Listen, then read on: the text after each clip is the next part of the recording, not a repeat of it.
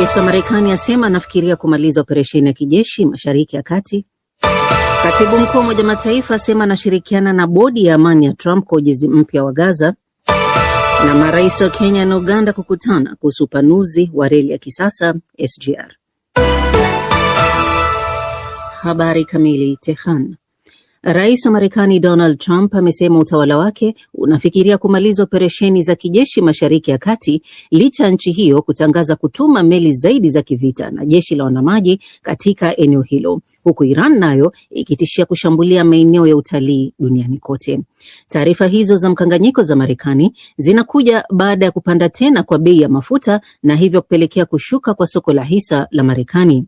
Haya yanafuatia pia na tangazo la utawala wa Trump kwamba utaondoa vikwazo dhidi ya mafuta ya Iran yanayopakiwa kwenye meli, hatua inayolenga kukabiliana na ongezeko hilo la bei ya mafuta. Hata hivyo, vita hivyo havijaonyesha dalili za kupungua licha ya Iran kusherehekea leo sikukuu ya Eid al-Fitr. Israel imesema Iran imeendelea kufyatua makombora mapema leo Jumamosi, huku Saudi Arabia ikisema imedungua droni 20 ndani ya saa kadhaa katika eneo la mashariki mwa nchi hiyo ambalo ni makazi ya mitambo mikubwa ya mafuta. Wizara ya ulinzi ya nchi hiyo imesema hakukuwa na majeruhi wala uharibifu. Washington.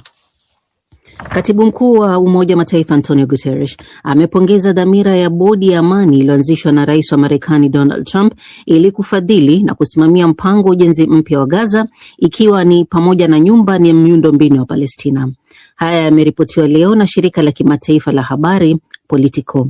Katika mahojiano, Guterres amesema kuna mpango uliofafanuliwa na kuidhinishwa na Baraza la Usalama la Umoja wa Mataifa na kwamba wanashirikiana kikamilifu na bodi hiyo ya amani ya Trump